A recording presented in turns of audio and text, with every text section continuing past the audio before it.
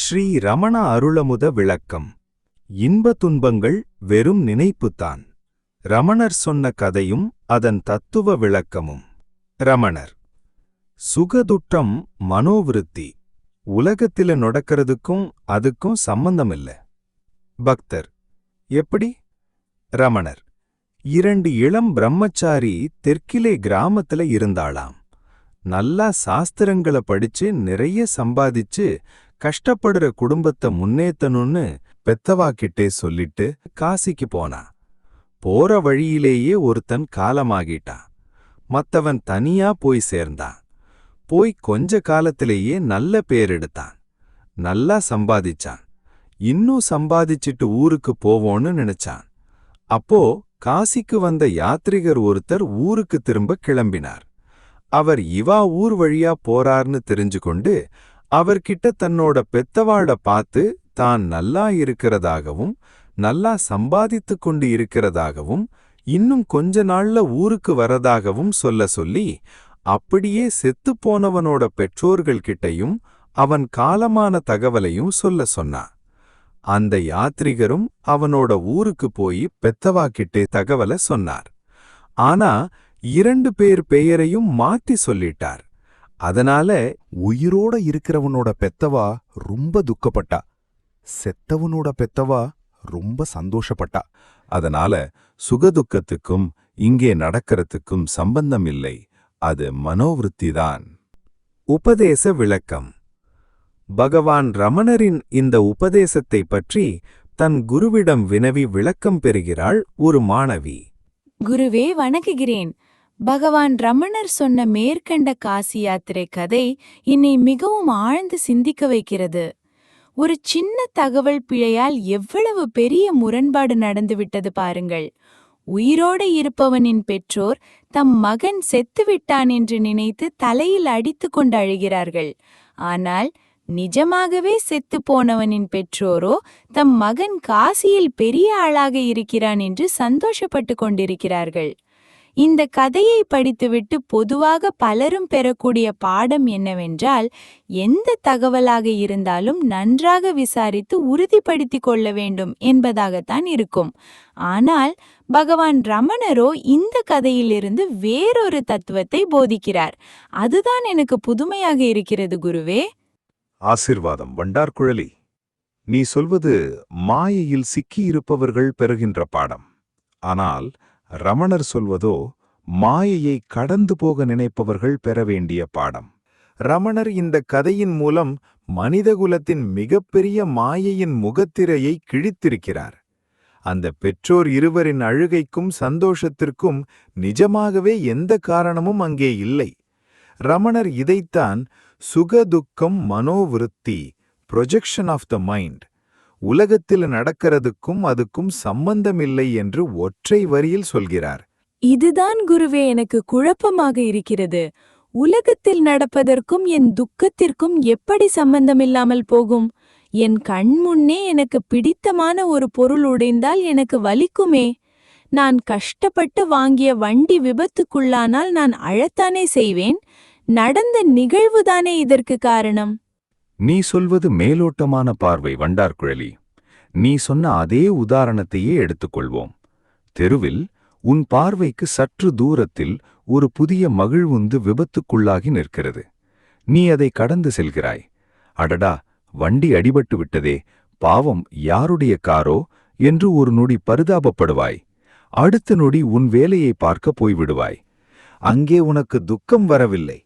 ஆனால் கொஞ்ச நேரம் கழித்து யாரோ உன்னை தொலைபேசியில் தொடர்பு கொண்டு, அடிபட்டு கிடப்பது உங்களுடைய மற்றொரு கார்தான், உங்கள் ஓட்டுநர் அதை எடுத்துச் சென்று விபத்துக்குள்ளாக்கிவிட்டார் என்று சொல்கிறார்கள்.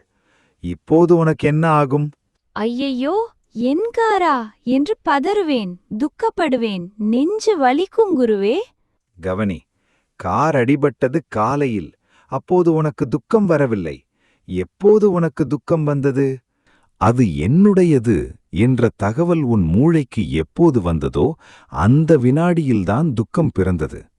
அப்படியானால் உனக்கு வலியை தந்தது அந்த உடைந்த காரா அல்லது அது என்னுடையது என்ற உன் எண்ணமா? என் எண்ணம்தான் குருவே. அதுதான் வண்டார்குழலி. பொருளை இழப்பதில் துக்கமில்லை, அந்த பொருளின் மீது நீ வைத்திருக்கும் நான், எனது என்ற பற்றுதலில்தான் துக்கம் இருக்கிறது. ரமணர் சொன்ன கதையில் அந்த பெற்றோருக்கு துக்கத்தை தந்தது மகனின் மரணம் அல்ல, என் மகன் இறந்துவிட்டான் என்று அவர்கள் மனம் நம்பிய அந்த நினைப்புதான். வெளியே உலகத்தில் நடந்தது என்ன? ஃபேக்ட். ஆ என்பவன் இறந்துவிட்டான். ஆ என்பவன் உயிரோடு பணக்காரனாக இருக்கிறான். ஆனால் வீட்டில் இருப்பவர்களின் உணர்ச்சி எப்படி இருக்கிறது? யாருக்கு சந்தோஷம் வர வேண்டுமோ அவர்கள் துக்கப்படுகிறார்கள், யாருக்கு துக்கம் வர வேண்டுமோ அவர்கள் சந்தோஷப்படுகிறார்கள். அப்படியானால் அவர்களுடைய துக்கத்திற்கு காரணம் வெளியே நடந்த சம்பவம் அல்ல, உள்ளே அவர்கள் நினைத்த நினைப்பு, what they believe to be true. இதற்கு பெயர்தான் மனோவிருத்தி, modification or projection of the mind. எந்த ஒரு வெளியுலக சம்பவமும் நேராக வந்து உன்னை தாக்குவதில்லை, அது உன் மனதிற்குள் சென்று உன் அகந்தையால் வண்ணம் பூசப்பட்டு அதன் பிறகுதான் உனக்கு சுகமாகவோ துக்கமாகவோ மாறுகிறது. ஆஹா, எவ்வளவு பெரிய உண்மை குருவே! சம்பவம் ஒன்றுதான், ஆனால் என் மனம் அதை எப்படி புரிந்து கொள்கிறதோ அதுவாகவே என் உணர்ச்சி மாறிவிடுகிறது. அப்படியானால் நான் படும் கஷ்டங்கள், அழுகை, கொண்டாட்டம் எல்லாமே என் மனம் உருவாக்கும் ஒரு மாயத் தோற்றம், வர்ச்சுவல் ரியாலிட்டி தானா? 100% உண்மை. உன்னுடைய புரிதலுக்காக மேலே சொன்னது போலவே இன்னொரு உதாரணம் சொல்கிறேன். நீ ஒரு தங்க மோதிரத்தை விரலில் போட்டிருக்கிறாய். காலையில் அது எங்கேயோ கழன்று விழுந்து விட்டது. சம்பவம் நடந்துவிட்டது. ஆனால் அது விழுந்தது உனக்கு தெரியவில்லை. மாலை வரை நீ எப்படி இருப்பாய்? எந்த கவலையும் இல்லாமல் சந்தோஷமாகத்தான் இருப்பேன் குருவே. மாலை 6 மணிக்கு உன் விரலை பார்க்கிறாய், மோதிரத்தை காணவில்லை. அப்போது என்னாகும்? ஐயையோ போச்சே என்று பதறுவேன், அழுவேன். மோதிரம் தொலைந்தது காலையில். அப்போது உனக்கு துக்கம் வரவில்லையே. எப்போது உனக்கு துக்கம் வந்தது? மோதிரம் தொலைந்துவிட்டது என்ற எண்ணம் எப்போது உன் மனதிற்குள் உதித்ததோ அப்போதுதான் உனக்கு துக்கம் வந்தது. ஆகவே துக்கத்தை தந்தது மோதிரமா, மனமா? மனம்தான் குருவே. ஆக மனம்தான் எல்லாவற்றிற்கும் காரணம். எனவேதான் மனம் கடந்த நிலையை அடையுங்கள் என்று ஞானிகள் நமக்கு உபதேசிக்கிறார்கள். மனம் கடந்த நிலையை அடைந்துவிட்டால் அதுதான் இன்பத் துன்பங்களற்ற பேரமைதி நிலை. ஒருவன் தூங்கும்போது கனவு காண்கிறான். கனவில் அவனுக்கு பரிசுச் சீட்டில் 1 கோடி ரூபாய் கிடைக்கிறது. அவன் குதித்து கூத்தாடுகிறான். அடுத்த காட்சியில் ஒரு புலி அவனை துரத்துகிறது. வியர்த்து விறுவிறுத்து பயந்து ஓடுகிறான். திடீரென்று விழித்துக் கொள்கிறான். இப்போது சொல், கனவில் அவனுக்கு சந்தோஷத்தை கொடுத்த அந்த 1 கோடி ரூபாயும் பயத்தை கொடுத்த அந்த புலியும் நிஜமாகவே அங்கே இருந்தனவா? இல்லை குருவே, இரண்டுமே அவனுடைய மனத்தின் கற்பனைதான், அவன் மூளைக்குள் ஓடிய படம்தான். ரமணர் சொல்வது இதைத்தான். கனவில் நடக்கும் சுகதுக்கங்கள் எப்படி வெறும் மனத்தின் கற்பனையோ அதேபோலத்தான் இந்த விழிப்பு நிலையில் நீ காணும் சுகதுக்கங்களும். உனக்கு திருமணம் நடப்பதும், வேலை போவதும், லாபம் வருவதும், நஷ்டம் வருவதும் எல்லாமே வெறும் வெளியுலக சம்பவங்கள். ஆனால் அதை சுகமாகவோ துக்கமாகவோ மாற்றுவது உன்னுடைய மனோவிருத்தி மட்டுமே. உலகத்தில் நடப்பதற்கும் சுகதுக்கத்திற்கும் சம்பந்தமே இல்லை என்று பகவான் ஆணித்தரமாக சொல்வதின் ரகசியம் இதுதான். குருவே, இது என் ஒட்டுமொத்த பார்வையையும் மாற்றிவிட்டது.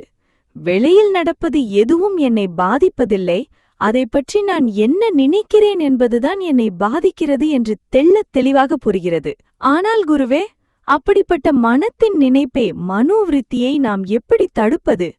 கஷ்டம் என்று ஒன்று வரும்போது அழுகை தானாக வந்துவிடுகிறதே.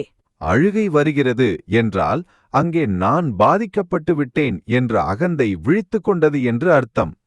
ரமணர் என்ன சொல்கிறாரென்றால், துக்கம் வரும்போது அந்த துக்கத்தோடோ அல்லது உலகத்தோடோ சண்டை போடாதே, அந்த துக்கம் யாருக்கு வந்தது என்று உற்றுப்பார் என்கிறார். உனக்கு ஒரு துன்பம் வரும்போது அழுது கொண்டே இருக்காதே, 1 நிமிடம் கண்ணை மூடி உன்னையே கேட்டுக்கொள், இந்த துன்பம் யாருக்கு வந்தது? எனக்கு என்று பதில் வரும். உடனே கேள், அந்த நான் யார்? உடம்பிற்கு துன்பம் தெரியாது, அது ஜடம். உள்ளே இருக்கும் ஆத்மாவுக்கு துன்பம் கிடையாது, அது சச்சிதானந்தம். இடையில் வந்து புகுந்த இந்த மனம் என்ற ஏமாற்றுக்காரன்தான் துக்கப்படுகிறான். அவனை யார் நீ என்று விசாரித்தால் துக்கமும் போய்விடும், மனமும் காணாமல் போய்விடும். அப்புறம் எஞ்சுவது அந்த ஆத்மாவின் அமைதி மட்டுமே. குருவே, காசி யாத்திரை கதை என்ற அந்த ஒற்றை சம்பவத்தை வைத்து ரமணர் எவ்வளவு பெரிய வேதாந்த ரகசியத்தை எளிமையாக உடைத்துவிட்டார். உயிரோடு இருப்பவனை பார்த்து அழுததும் மனம்தான், இறந்தவனை நினைத்து சிரித்ததும் மனம்தான். உலகத்தின் அத்தனை ஆட்டங்களுக்கும் காரணம் இந்த மனமே தவிர இறைவன் அல்ல, சூழ்நிலைகள் அல்ல. இனி என் வாழ்வில் எந்த கஷ்டம் வந்தாலும் இது வெளியே நடக்கும் சம்பவம், இது என் மனத்தின் கற்பனை என்று பிரித்து பார்க்க முயற்சி செய்வேன். நான் வெறும் சாட்சியாக வேடிக்கை பார்க்க பழகுவேன். மிக சரியான புரிதல் வண்டார்குழலி. உலகம் உன்னை எப்போதுமே துக்கப்படுத்துவதில்லை. நீயே உன் உலகத்தை உருவாக்கி துக்கப்படுகிறாய். இந்த ஒரு வரியை உணர்ந்து விட்டால் உனக்கு எந்நாளும் அமைதிதான். சுகதுக்கங்களை தாண்டிய அந்த பரமானந்த நிலையை நீ அடைய பகவான் ரமணரின் அருள் உனக்கு துணை நிற்கட்டும். ஓம் தத்சத். மிக்க நன்றி குருவே. பகவான் ரமணரின் திருவடிகளுக்கு என் நமஸ்காரங்கள். குரு மாணவி குரல்கள். செயற்கை நுண்ணறிவு. ரமணோபதேச ஆதாரம். ஸ்ரீ ரமணாசிரம வெளியீட்டு நூல்கள். ஆக்கம் கவிஞர் பத்மதேவன்.